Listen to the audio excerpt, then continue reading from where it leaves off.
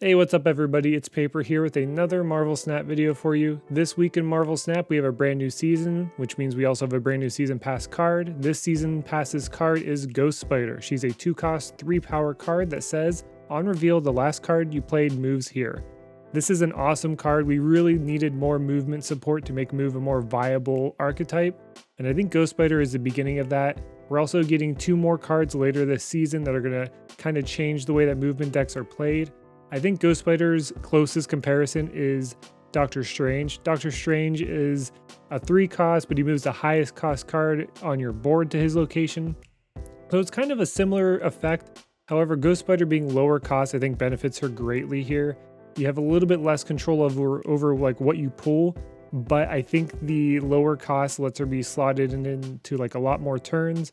And overall, I think Ghost Spider is a great card. I've actually replaced the Doctor Strange that was in this list with Ghost Spider, so it's worked pretty well. The list was good without her, but I think it's just a little bit better due to some of the plays that you can do with this card in this deck. So let's get right over into the deck list and talk about what we've got included here. So looking at the deck list, it's a pretty standard move list from the top half. You've got your movers on Iron Fist, Ghost Spider, and Cloak, and then your move targets such as Dagger, Kraven, and Vulture. That's a pretty standard core for most movement decks. In the latter half of the deck, however, we have Cosmo, Juggernaut, Polaris, Shang-Chi as kind of a control element that's going to control your opponent's board, disrupt them in any way. We have 3 cards that can counter Galactus in this list. But the important thing is that our early core is cheap enough to where we can play these control cards in conjunction and together with our early core. That really helps us affect the opponent's board as well as enhance our win conditions in very meaningful ways. So we start off here with the movement core. Now these are going to be the cards that will move our other cards on the board in different ways. Iron Fist moves the next card you play 1 spot to the left. Ghost Spider moves the last card that you played to her location, and Cloak says that the next turn both players get to move any cards that they want to his location. Now Cloak and Iron Fist are very typical in these movement lists. They are 2 of the best movement cards in general alongside Doctor Strange. I have replaced Doctor Strange in this list with Ghost Spider. I think Ghost Spider in this list in particular is a little bit more flexible, mostly just based off of her cost. She can be played alongside Shang-Chi, especially on turn 6. So that's like a huge thing that we can set up a card on turn 5 like Vulture as our last played card, and then on turn 6 play Ghost Spider and Shang-Chi to basically affect your opponent's board in ways that maybe they're not even thinking of. So we're going to move on now to the targets for our movement cards. These include cards that get benefits every time they are moved or when something moves to their location. Kraven gets +2 when something moves to his location. This could be on your side or on the opponent's side of the board. So if you play a Polaris on Kraven's location and pull your opponent's 1 or 2 drop to his location, Kraven gets a bonus for that. Dagger is one of my favorite movement cards. I really love Dagger. She gets +2 for every card on your opponent's side of the board of the location that she gets moved to, which is really strong. Dagger can really get crazy up there in power if you can move her enough times throughout the game. And then Vulture is probably the most common movement card. He gets very big, very fast, getting +5 every time he moves. There's really no downside to playing Vulture. Even on the first move, he's still not vulnerable to a Shang-Chi, so Vulture is just an auto-include in most movement lists. Next, we have the control core in this list. We opted for Juggernaut, Polaris, and Shang-Chi in this list. Juggernaut and Polaris both are movement effects as well, so there's a chance that they buff your Kraven. Both Juggernaut and Polaris also counter Galactus, which is a big problem in the meta. I'm sure a lot of you have experienced that. And then Shang-Chi is just a massive card. He's very surprising in movement lists because people don't really expect you to be playing him. So he does catch people off guard quite a bit. All of these cards affect your opponent's board in meaningful ways, whether it's countering their game plan, such as Galactus, or if it's ruining their big cards, such as Devil Dino or Darkhawk with Shang-Chi. These are all great cards in the meta, and it really puts this movement deck kind of ahead of the pack in terms of how it interacts with the meta. So without further ado, I'll send you guys right over into some gameplay. I really enjoyed playing this deck on stream. I'll probably be playing more Ghost Spider throughout the week, and probably honestly throughout the month with all the movement cards we're going to be getting. So if you want to catch me live on Twitch, I stream Mondays, Wednesdays, and Fridays at 7 p.m. Pacific time. So catch me there if you want some live content, or just if you want to hang out. I love talking to you guys, so it means a lot when you guys come over and we can just chat all night. Also, if you really enjoyed this sort of deck breakdown, this is all I do on this YouTube channel, so I would really appreciate it if you enjoyed this content to give me a thumbs up and subscribe. I also read and reply to most comments on my YouTube videos, so if you have anything you'd like to say, any deck suggestions that you'd want to see on the channel, please leave them in the comments below. Anyways, thanks for watching, guys. It really means a lot, and as always, good luck snapping.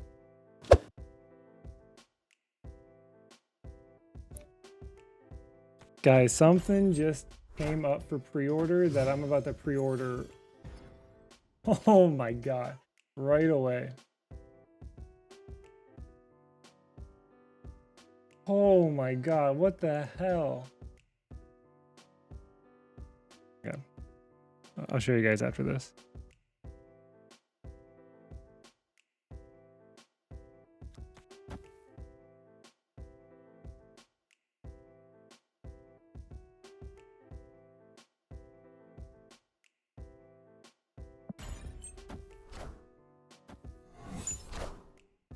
Wind, aid my hand.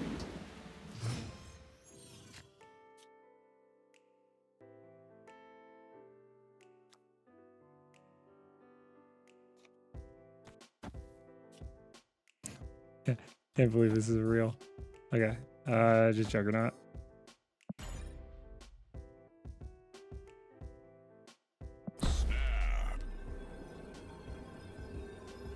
Play the Iron Fist on the right first, just so we can get another one, cloning vats, and we move that one over. But once again, just another example of there's a very common deck right now that kind of just screws us over and screws us out of winning these lanes. Like, now we can't do anything with the middle lane.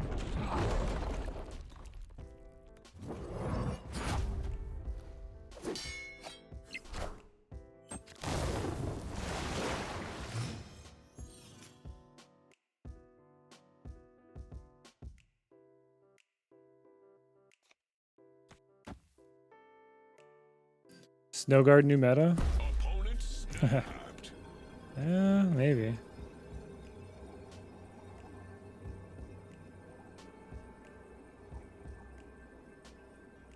We have to think about this play now. Because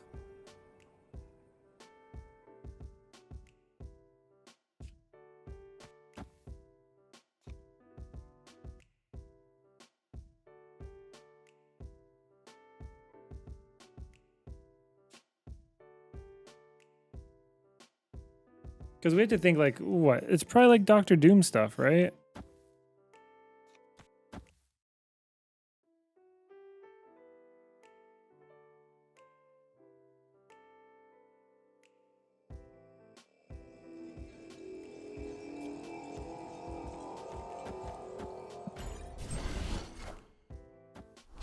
Don't think it's Surfer? Oh yeah, it could be Surfer as well. Yeah, for sure.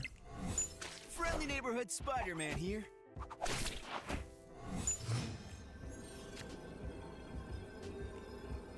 So what are they gonna play?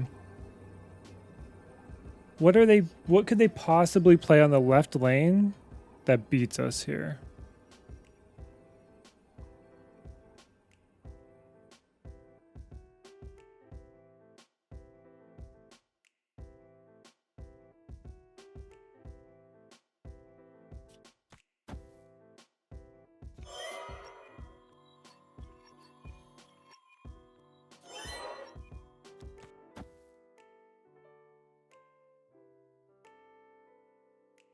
It's just brood into Surfer, right?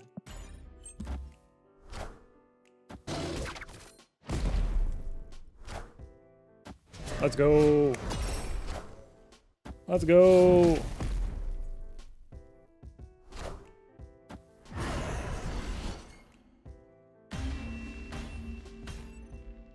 Victory. The Shang-Chi is super unexpected in this list. The funny thing is those tournaments were just for us. Like, they weren't even for anybody else because nobody else was playing the game.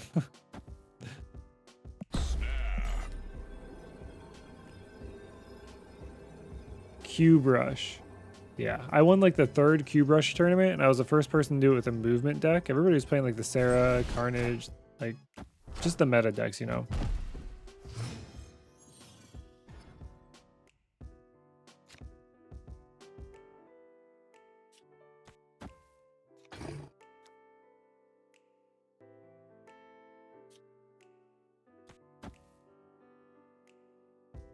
Hey, what's going on, Moo Moo?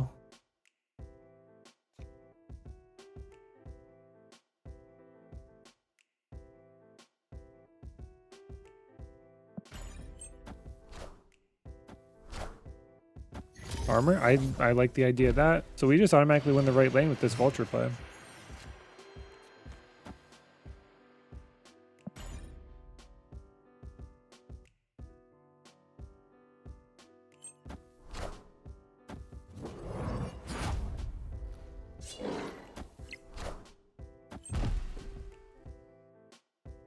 I mean, I'm not really sure that that does too much here.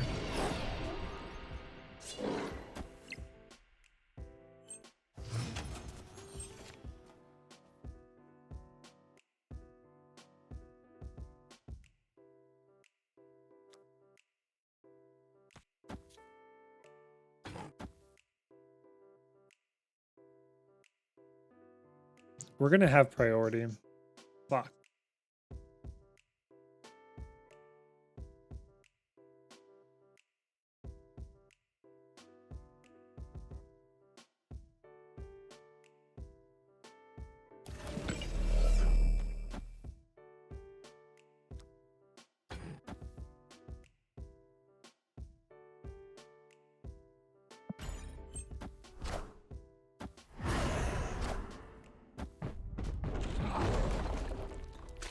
Neighborhood Spider-Man here. All systems go. So we have priority here.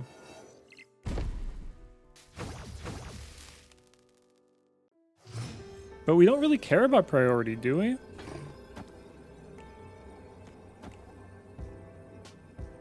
Because we're a movement deck. Why do we care about priority? We don't need to play this Shang-Chi. We have a massive amount of power right here.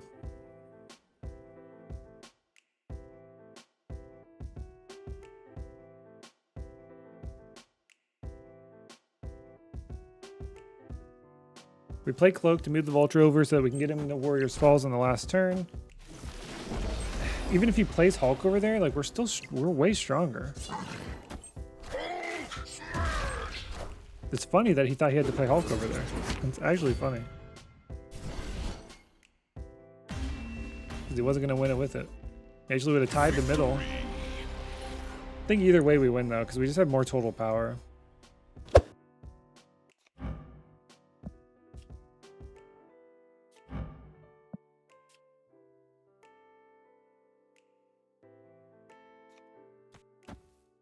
We just play Snowguard because we have to play her. Got Warpath and Ultron.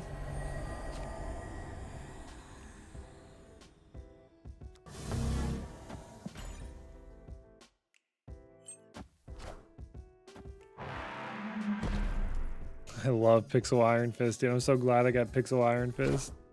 Actually, no joke, like a good pixel.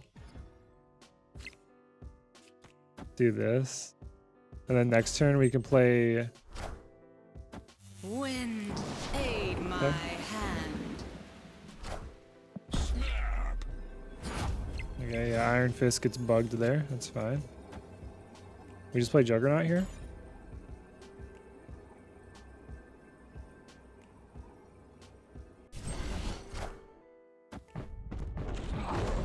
Yep. Yep. Yep. Ah, but one of them's Jack. Come on. Okay, this is fine. We play Dagger into Ghost Spider. Dagger just gets massive. And then we could play Heimdall. Hello? Hello?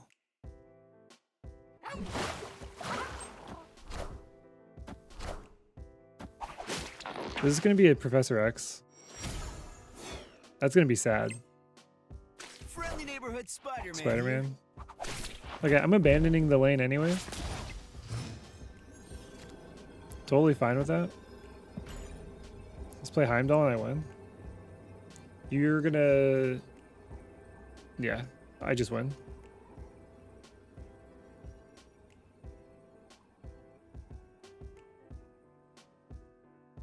I could play Polaris here and screw you up real bad. Heimdall's a bit more of a predictable play, but Polaris is a tricky play, but then it's only Polaris play, so that feels weird. We lose to like, I don't know. I don't even know what we'd lose to in that situation.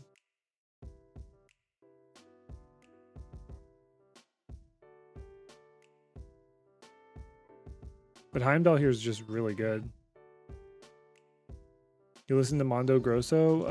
No. Hey guys, if you like the gameplay that you just saw, then come hang out on my stream.